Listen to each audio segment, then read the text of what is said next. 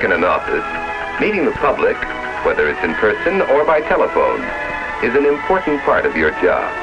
It can be pleasant like this.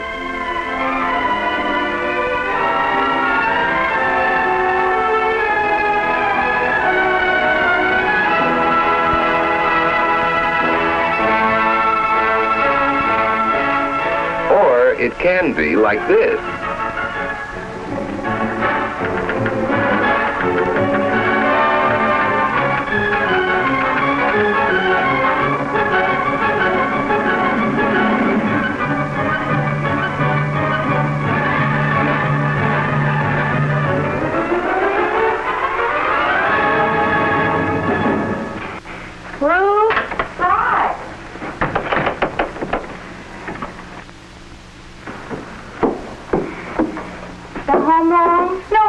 Here.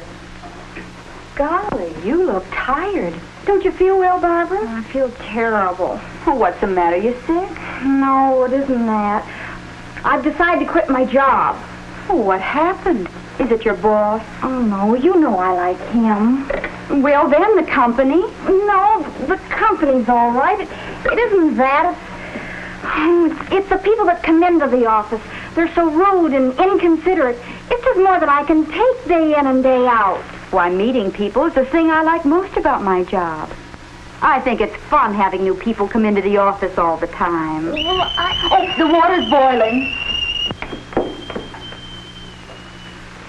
It was as simple as that.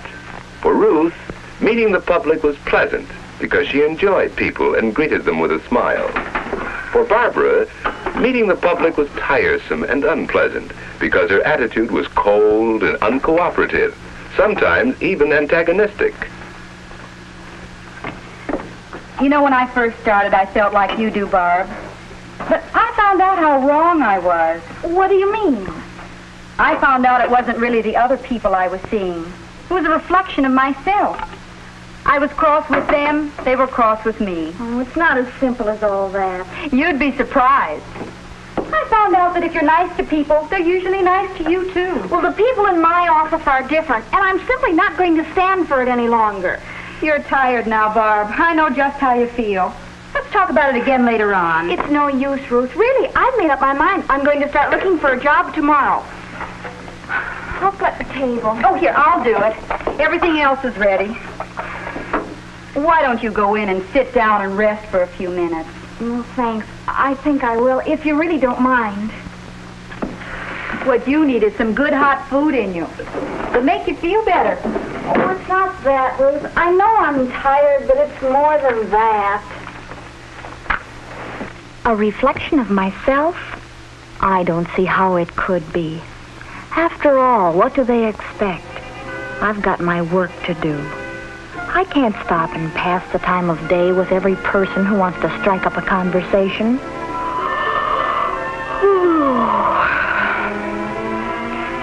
It isn't my attitude that's wrong.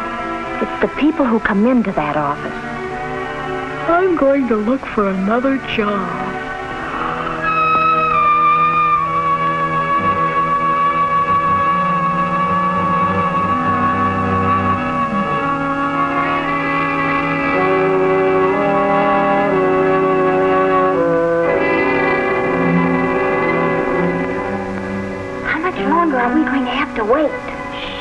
Franklin's a busy man. You can't expect to walk right in on him and get a job. I bet that secretary's forgotten we're here. Hey, look at all the other people waiting. You see that man? He's one of Mr. Thompson's biggest customers. I have an appointment with Mr. Franklin. Dressed like that? Yeah. Do you? Well, I doubt if he'll be able to see you at all. I see. She's brushing him off as though he were a nobody. I guess his shabby clothes have her fooled. I wish she'd answer that telephone. It makes me nervous to have it ring. Well, come to think of it, I let it ring often enough myself.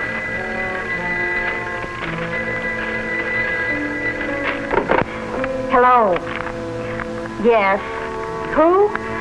Yes, this is Mr. Franklin's office. No, he's busy. No. No.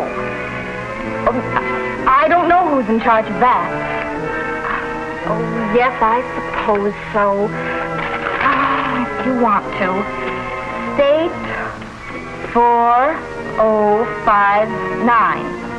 Oh, 95. Well, which is it, 59 or 95? Oh, all right.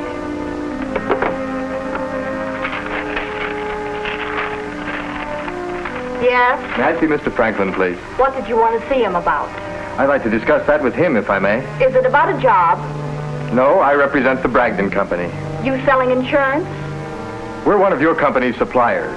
Well, I'll see if he'll see you.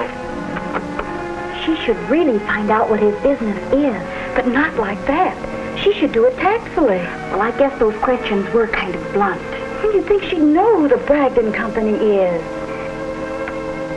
Mr. Franklin isn't in. He isn't?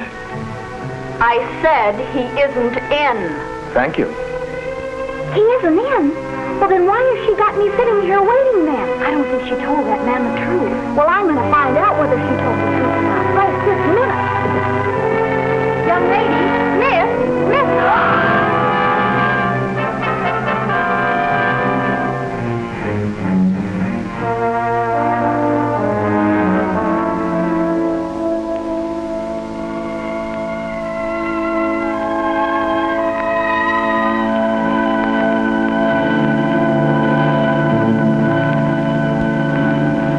Sorry to wake you, Barb. Dinner's ready. Oh, that's all right. I was having a nightmare anyway. A nightmare? I hope it wasn't too gruesome. Help me? Yeah. Ruth, you know what you said before about seeing the reflection of ourselves? Yes? Well, I think I'm going to try it. That's fine, Barb. I know you'll find that if you're nice to people, they're usually nice to you, too. Now, how about some dinner? Gee, I didn't realize I was so hungry. In the days that followed, Barbara did her best to acquire a genuine interest in people, for she found that smiles are effective only when they're genuine. She carefully practiced the first basic rule in meeting the public, remembering and using names. Oh, yes, Mr. Borden. I'm sure that Mr. Thompson will be glad to see you. Of course, Mr. Farnsworth. I'm sorry, Mr. Pratt. She formed the habit of tactfully getting the name and business of every visitor and of introducing him in a pleasant, gracious manner. Mr. Thompson, this is Mr. Markham of Allied Manufacturing Company. How do you do, sir? She learned to anticipate Mr. Thompson's needs and have ready for him material he might require during an interview. When it became necessary to interrupt an interview with information from Mr. Thompson, Barbara wrote out the message. It wasn't all easy. She made some mistakes, of course.